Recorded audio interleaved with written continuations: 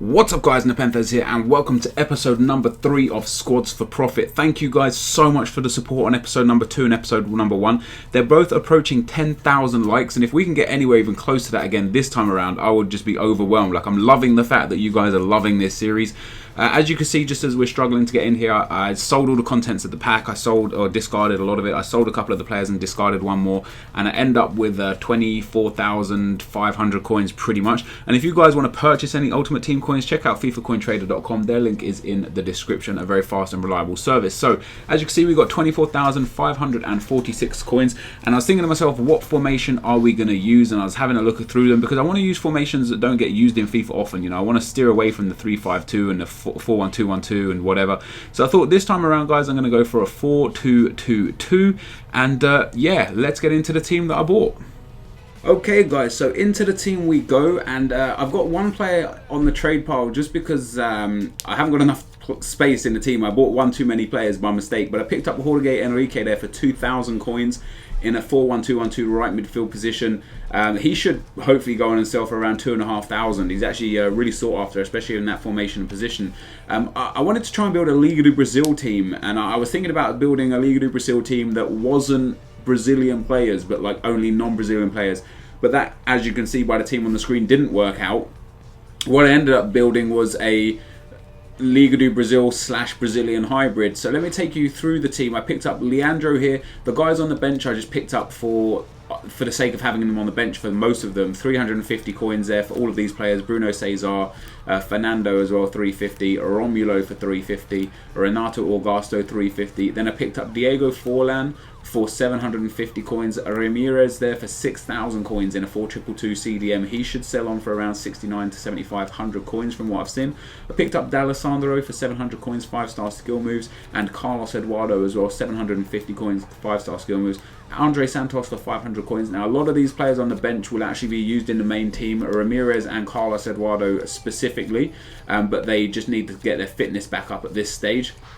Then we go into the main team, guys. I've got Diego Cavalieri for 650 coins, Rafael at right back for 750, and Dede the centre back for 1,400. Felipe Santana picked up for 1,700, and Fabio the left back, the twin of Rafael at right back, picked up for 550 coins. A very, very strong defence. We know Brazilian teams are overpowered. I'll try not to use overpowered teams as much as possible, but this is kind of just how this one fell into place. In CDM, guys, we've got Pierre, 350 coins, but look at this guy's card stats: 74 pace and 81 defending for a CDM. Very, very strong attributes there. Really looking forward to using him. Never used him before.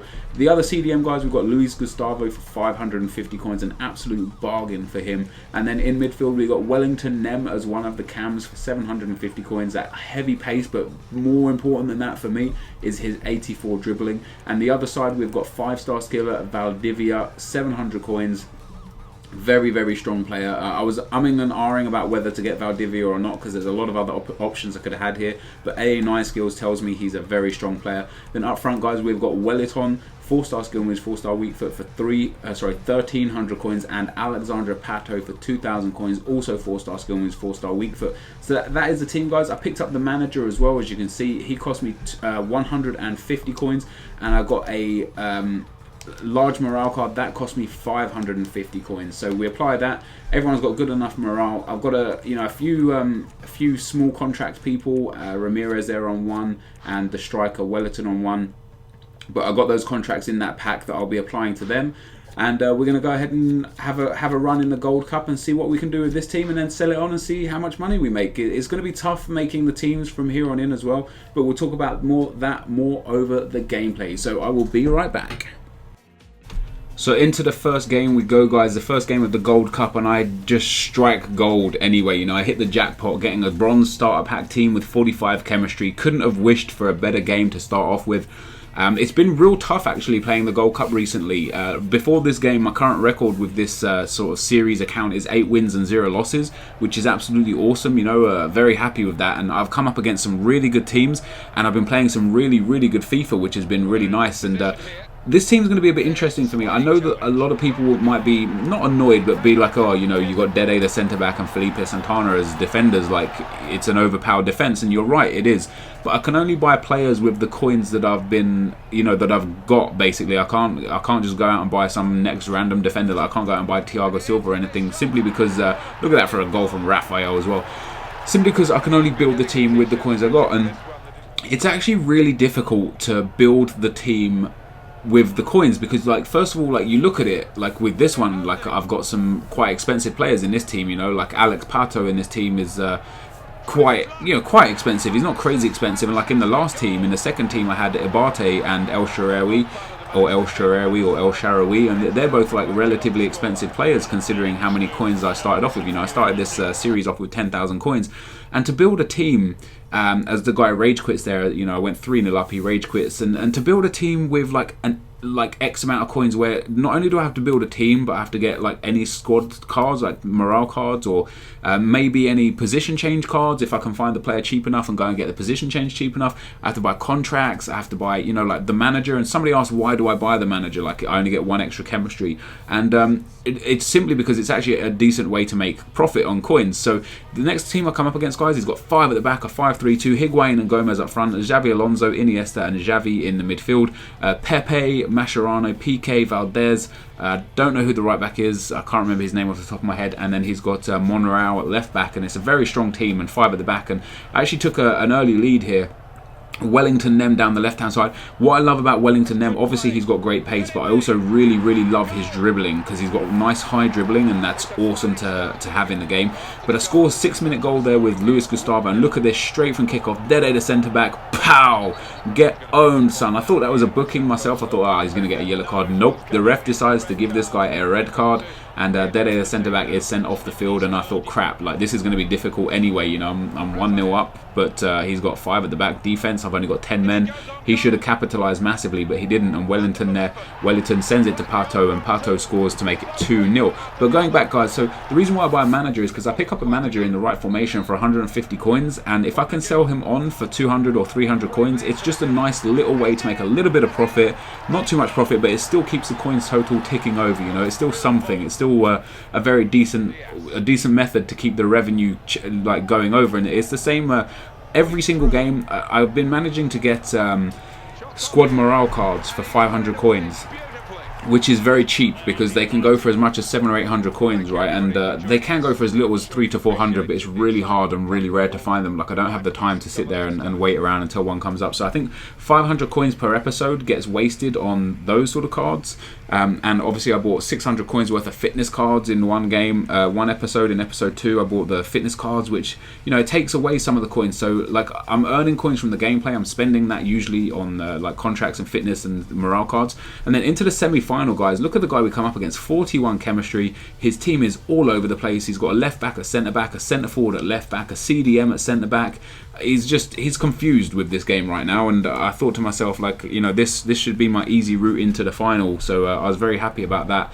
And this episode I've actually come up against the worst teams so far, you know, and the worst players especially as well. Like, the first game was a bronze starter pack team. The second game was against a really shit kid. You know, I destroyed him, absolutely battered him, even though I had 10 men and he had 5 at the back. And then the third game I come up against a guy who's got, like, you know, really poor chemistry and really poor positional choice.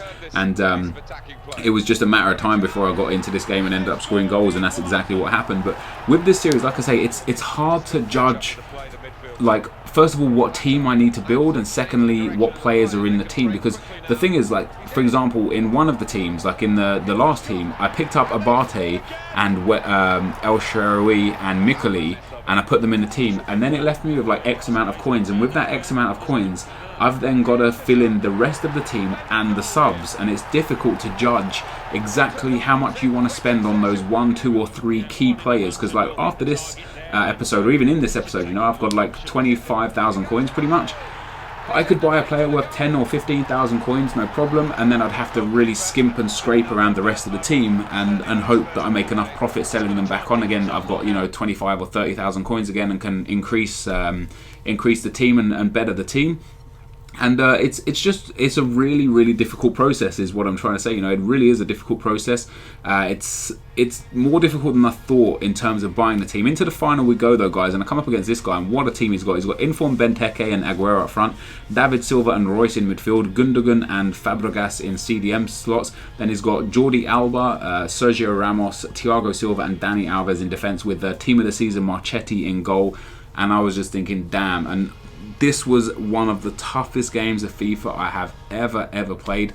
But so yeah, it's really interesting, guys. And I want to know if you guys, a lot of people have been tweeting me that they've been taking the same approach to what I've been doing to build teams. You know, they restarted FIFA, or they only had a short amount of coins anyway, and they use this method that I use to build teams, play some games, and then sell the team, make some profit, and start again. And it's really awesome to see that this is actually helping you guys play, trade, and get coins. Like, that really makes me happy that it's actually having a positive outcome for you guys. So let me know, guys, if any of you have done this to the point where you've made like a lot of coins or a lot of nice teams from doing this. If anyone out there is, you know, maybe obviously this is episode 3, but maybe you could have played enough games to make like 6, 7 or 8 episodes.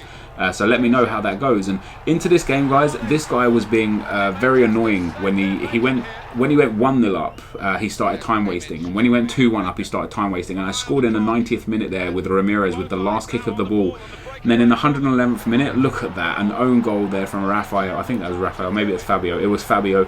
Fabio scoring an own goal with the header, and I was like, it was frustrating me, because every time he took the lead, he was just, you know, doing what anyone would do. Like, I don't have any complaints about it. It's just frustrating to play against. He was time wasting. He was holding the ball as long as possible. He was passing around his defence, and it's what most people would do. So I'm not complaining about it necessarily. It's just frustrating to play against. I got fortunate enough that I actually managed to pull the game back to 3-3, and I thought, like, you know, I've got a great chance to win this game on penalties. But Diego Forlan there pushing the first penalty over the bar, really annoying, and that gave him the advantage for the 4th time in the game. You know, he could have just put that one in, he would have been in no problems at all. But Benteke there misses the penalty, puts me back on terms. Wellington steps up to take my 2nd penalty, and what happens?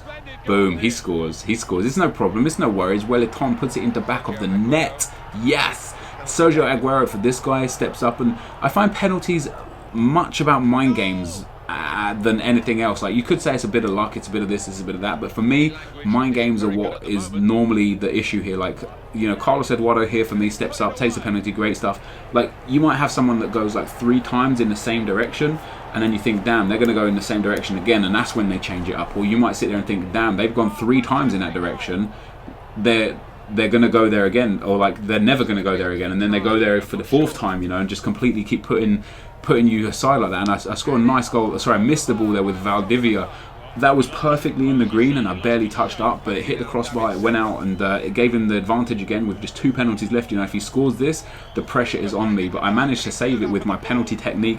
Some people question why I just move from side to side instead of actually diving, and that's exactly why, because it covers 2/3 of the goal, believe it or not.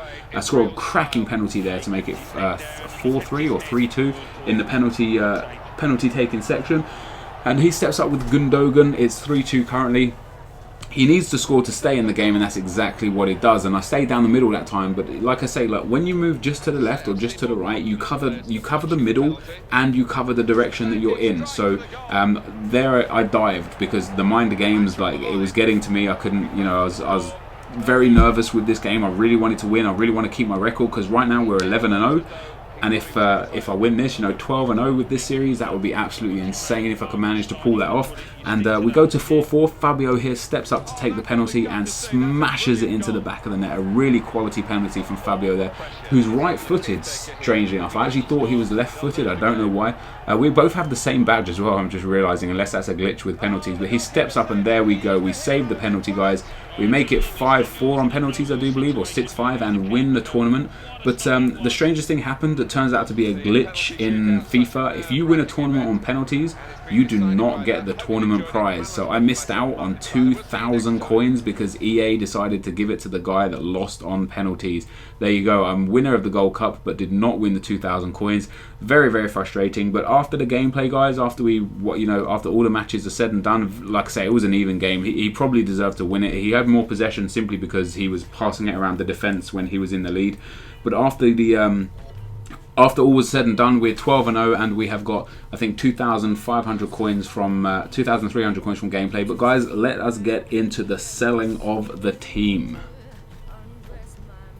Okay guys, so I have sold the entire team. As you can see, we've got a whopping 30,117 coins, which is awesome. I found out after tweeting about the cup final there, I didn't get the 2,000 coin bonus, and apparently that's a glitch. When you win on penalties, you don't get the bonus, it goes to the other person, so that's a bit gay. So we missed out on a couple of thousand coins there, but I'm really happy that I've turned an 18,000 coin team, played 4 games, and now have 30,000 coins. That's damn good, in my opinion. I've literally tripled my money in 3 episodes, so that's pretty awesome. That's what we're looking for in this series. And if you guys wouldn't mind dropping a like on the series as well, that'd be awesome. I know you guys are really loving this, and I'm really loving in making this. So let me get into the team. I don't know why this stuff glitches out for me from time to time. So if you want to see how much profit I made on each specific player, go back to the start of the video and have a look how much I bought them for. A few people question the players that I buy. Keep in mind, guys, I've only got the amount of coins that I've got. So I've only got 18,000 coins to fill out a whole team, a bench, any fitness cards, morale cards, things like that, managers and stuff. So this is what we got. We sold Andre Santos for 700. Sold Alex Pato, sorry, Wellerton there, went for 1,800. I don't know who's next. This thing is being really slow and laggy right now today. So Wellerton went for 1,800 coins. Diego Cavalieri for 700, made a few hundred coins profit on him. Not too much, not too little though, not too bad at all. 400 for Renato Augusto, who I picked up for 350, I do believe. So those sort of players where you buy them for 350 and sell them for 400, I mean, you make like minimal amounts of profit on them, but they are still profit. What I'm going to do, guys, as well, is I'm going to just back out of Ultimate Team completely and come back in, because it's taking a very long time just to go through the players. So you guys are asking for this series a lot, and I'm going to bring it to you as much as possible, but probably we're looking at 3 times a week, maximum 4, just because of the amount of time it takes me to buy and then sell the players. Because what happens, guys, is I buy the players late at night, like between 3 and 4 o'clock in the morning usually, and I leave the open bids on them. So sometimes it takes me, like, you know, maybe a day or 2 to get the players that I want, simply because I want to pay as little amount as possible for them. And when I'm selling them, I want to sell them at a premium, so I have to sell them in peak time, and I have to wait until every single player is sold before I can actually move on with the video, you know, because it's all done in one video. And there also seems to be a bit of confusion as well. A lot of people say that, or suggested that, sold Pato for 2,500 there as well. A lot of people suggested that I get unfair price hikes on these because people can see them and buy them because they know they're mine, but I actually sell the players before the video even goes live, so you guys don't even know what team I've used until I've already bought it, used it and sold it. So Jorge Enrique went for 2,500 there. I said to you guys I'd probably make a bit of profit on him when I picked him up accidentally for 2,000 coins.